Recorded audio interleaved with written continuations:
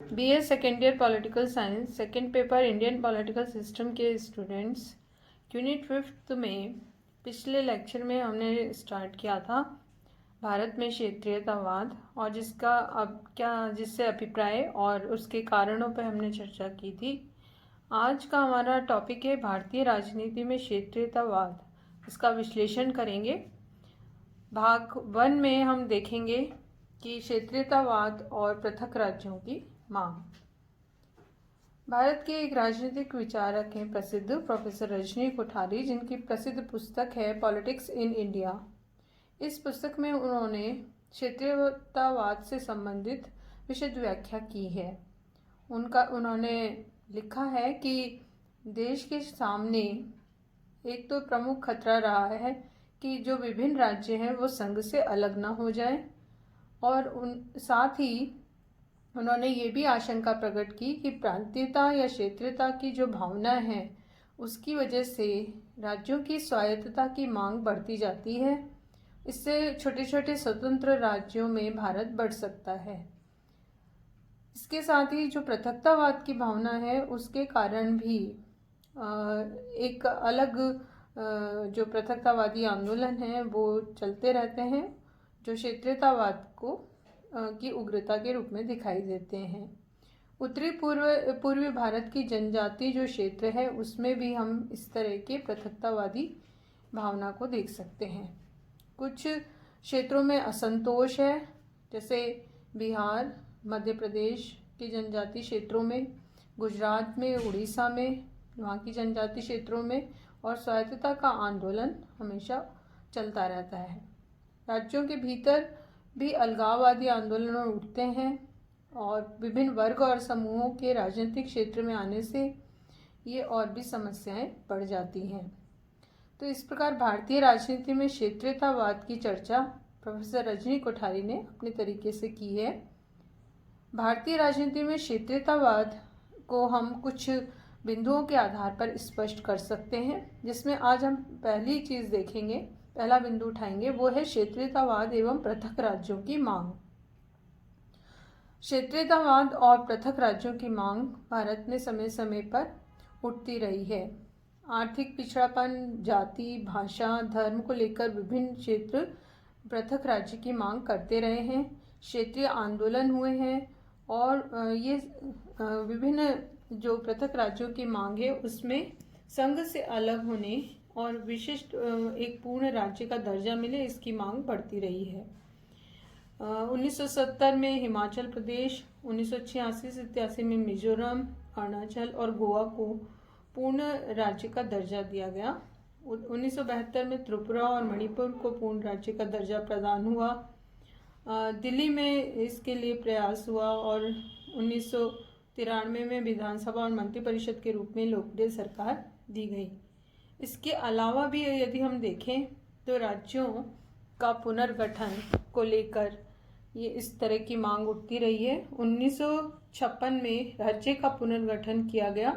राज्यों के पुनर्गठन का मुख्य जो कारण था वो भाषाई राज्य की मांग थी, और भाषागत राज्यों की मांग ने असंतोष को जन्म दिया और क्षेत्रीयतावाद की भावना को प्रोत्साहन मिला, और राष्ट्रवादी लोगों में यह आशंका हुई कि इससे देश में छोटे छोटे टुकड़े हो सकते हैं, राष्ट्रीय एकता खतरे में हो सकती है। इसी तरह बॉम्बे राज्य का विभाजन, इसकी भी मांग तीव्र होती रही है समय समय पे, और ये मांग की जाने लगी कि गुजराती और मराठी भाषा के आधार पर राज्य को 2 भागों में विभाजित किया जाना चाहिए। और 1960 में महाराष्ट्र और गुजरात राज्य की फिर स्थापना की गई। इसी तरह से पृथक विदर्भ राज्य की मांग 1960 के आसपास हुई थी। नागपुर के लोगों का कहना था कि महाराष्ट्र की स्थापना से नागपुर का महत्व कम हो गया, क्योंकि उससे पूर्व नागपुर मध्य प्रांत की राजधानी था। इसी तरह पंजाब राज्य का पुनर्गठन 1966 में पंजाब राज्य का पुनर्गठन हुआ था। पंजाब और हरियाणा 2 राज्य और चंडीगढ़ को केंद्र शासित प्रदेश बनाया गया। हिमाचल एक राज्य बन गया है। पुनर्गठन का उद्देश्य इस क्षेत्र के सभी राज्यों का तेजी से आर्थिक विकास करना और वहाँ की जनता की राजनीतिक आकांक्षाओं को पूर्ण करना है। इसी तरह असम राज्य का पुनर्गठन भी एक उदाहरण के रूप में देखा जा सकता है। और इस पुनर्गठन की एक योजना घोषित की गई थी कि पहाड़ी क्षेत्र को पर्याप्त मात्रा में स्वायत्त शासन की व्यवस्था होगी और पहाड़ी लोगों की आकांक्षाएं पूरी होगी, विकास होगा। असम पुनर्गठन बिल पारित हुआ था 1968 में और फिर वह कानून बना। असम राज्य के अंतर्गत मेघालय का स्वायत्तशासी राज्य स्थापित हुआ। मणिपुर, त्रिपुरा, मिजोरम और अरुणाचल प्रदेश को भारतीय संघ के राज्य की स्थिति प्रदान की गई। इसी तरह आंध्र राज्य के विभाजन की मांग हुई। आंध्र प्रदेश में तेलंगाना की समस्या जटिल बन गई। विकास, रोजगार के अवसर, शिक्षा विषयक सुविधाओं में तेलंगाना क्षेत्र के लिए 1967 में पब्लिक एम्प्लॉयमेंट एक्ट में संरक्षणों की व्यवस्था की गई। उसी वर्ष सर्वोच्च न्यायालय ने इस व्यवस्था को असंवैधानिक घोषित किया। तेलंगाना क्षेत्र को मिलने वाला संरक्षण से संबंध था। संरक्षणों के कार्यान्वयन को ढंग से असंतोष था और तेलंगाना और आंध्र प्रदेश के अन्य भागों में फिर आंदोलन हुए। हिंसात्मक आंदोलन की स्थिति पैदा हुई और आंध्र प्रदेश के लोगों को पूरी भावात्मक एकता लाने के लिए धैर्य और सूझबूझ और कुशलता की आवश्यकता थी। तो 6 सूत्रीय फॉर्मूला 1973 में घोषित किया गया और जो पृथक तेलंगाना चाहते थे उनका कहना था कि क्षेत्र का विकास तेलंगाना के मूल्य पर हो सकता है। ये भी एक क्षेत्रीयतावाद का प्रमुख उदाहरण कहा जाता है। इसके साथ ही 1991 से लेकर 2001 तक अगर हम स्थिति देखें तो उससे भी ये क्षेत्रीयतावाद को स्पष्ट किया जा सकता है, जबकि पृथक राज्य की मांग उठी और नए राज्यों का गठन हुआ। 1991 में उत्तराखंड, झारखंड, बोडोलैंड, गोरखालैंड, पूर्वांचल, बुंदेलखंड, छत्तीसगढ़, विदर्भ, तेलंगाना, इन राज्यों की स्थापना की मांग हुई। इनमें उत्तराखंड, झारखंड और छत्तीसगढ़ की मांग ने 1996-97 में प्रबल आंदोलन की स्थिति पैदा की और फिर आम सहमति के द्वारा इनको राज्य घोषित कर दिया गया। उत्तर प्रदेश के पहाड़ी क्षेत्र के लिए पृथक राज्य के रूप में उत्तराखंड की मांग हो रही थी और यहाँ आर्थिक पिछड़ापन था, भौगोलिकता का तत्व भी था और इस पहाड़ी क्षेत्र के विकास की समस्याएं थी जो जटिल थी।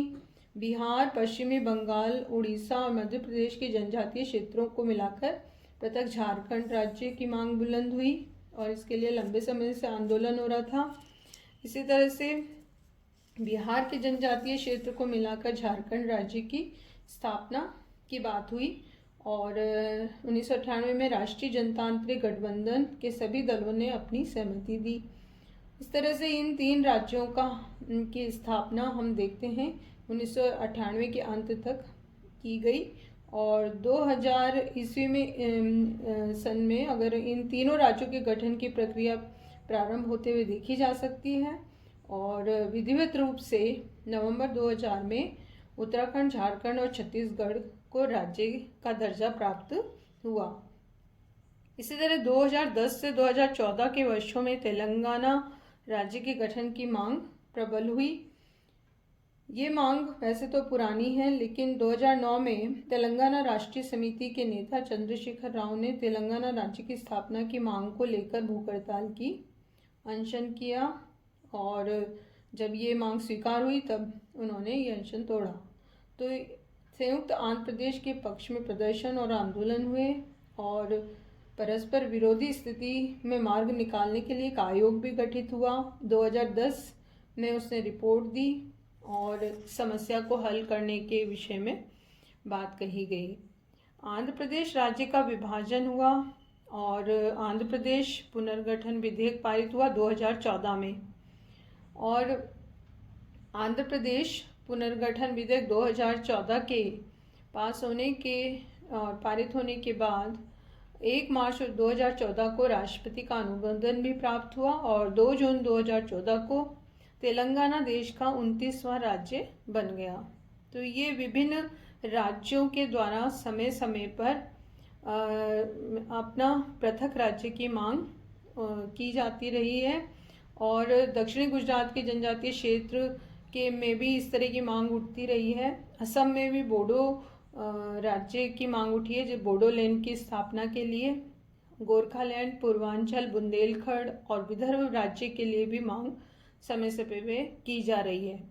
तो ये क्षेत्रीयतावाद से जो एक प्रमुख समस्या पैदा होती है वो है पृथक राज्य की मांग, और जो राज्य हैं भारत में उन्हीं को तोड़कर नए राज्यों के गठन की मांग निरंतर होती रही है और नए राज्यों का गठन भी होता रहा है।